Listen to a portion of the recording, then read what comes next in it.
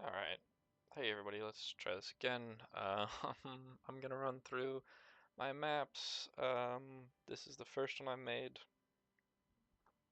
Here's the share code. I'm just gonna run through them so that people have a GPS, basically, in Trackmania terms.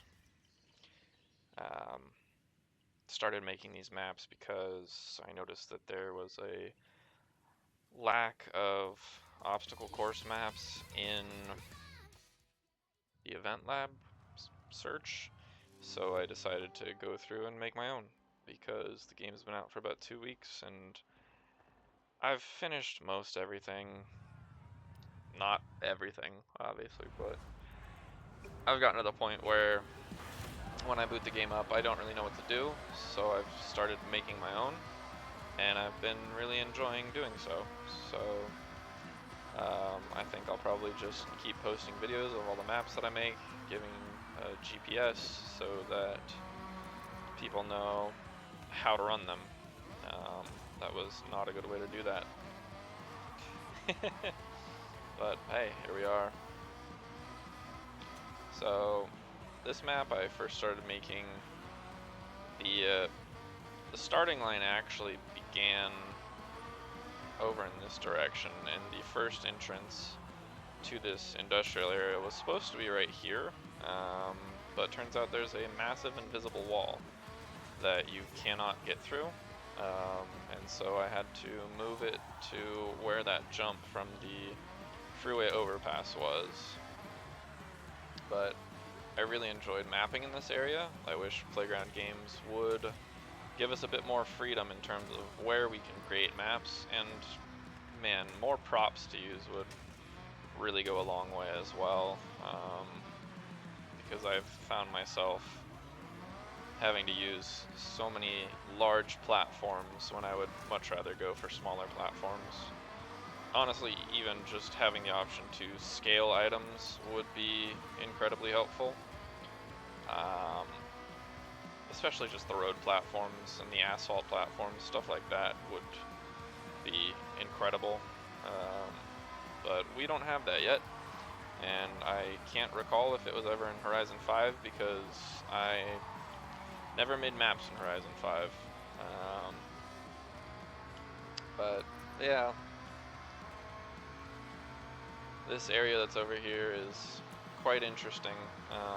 When I first started building in the world editor, I did mention, like I said, those invisible walls, and that's a really terrible way to do that. But you can see there's no collision here, which is fun. I had to, yeah, you saw it there for a second actually. I had to place a few brick walls and such in this area, and also like barriers and stuff so that things have collision. This big tank right in front of me doesn't normally have collision, but I had to put stands in there, or not stands, they're barriers, but not these green barriers, not the cross-country barriers. They're more like railings that you'd see at a concert, whatever those props are called. But yeah, this I think this is my favorite map that I made so far. I know it's the first one I made, but I also still just think it's the most fun. I think that the other one that I made that I'll show off in the next video is fun, but it is exceedingly more difficult than this. This is more of a proper obstacle course, and that one is, I wouldn't call it a puzzle. I don't know. Well, you'll see in the next video, I suppose. I did spend a lot of time mapping the scenery out here. I put a lot of the grandstands up on the roofs and everything. I really wanted this map to feel like a proper race, and don't corner like that. That's not a great way to corner. But yeah, you can see there's stands up on top, and there's even some up on that overpass up there, which I think is fun. You barely see it in the race, but in the editor, it's fun to look and see and imagine a bunch of people up on the overpass just looking down at this. This, you can go two ways here. I think the other way is faster, but what do I know? You definitely do have to brake here in order to not run into these walls.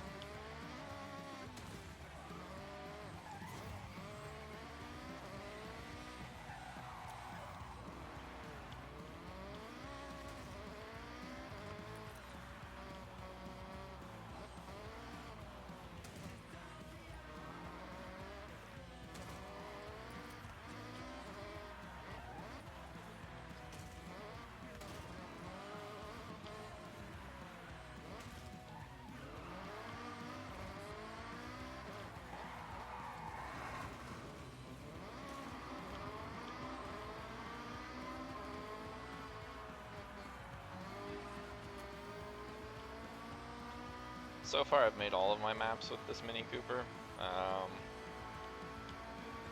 I don't really know why. I mean, I enjoy this car because it's small and agile, and it runs pretty well through all these courses, and I can make really tight, narrow corners and stuff, and this handles them pretty well.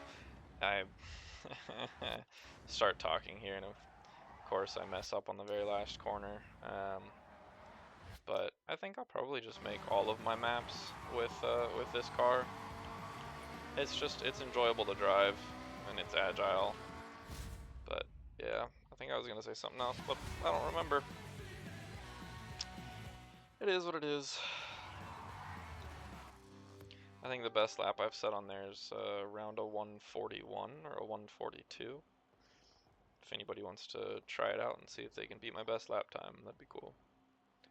But anyway, share code will be in the description. And yeah, it was at the beginning of the video too. So anyways, have a good one. See you in the next video.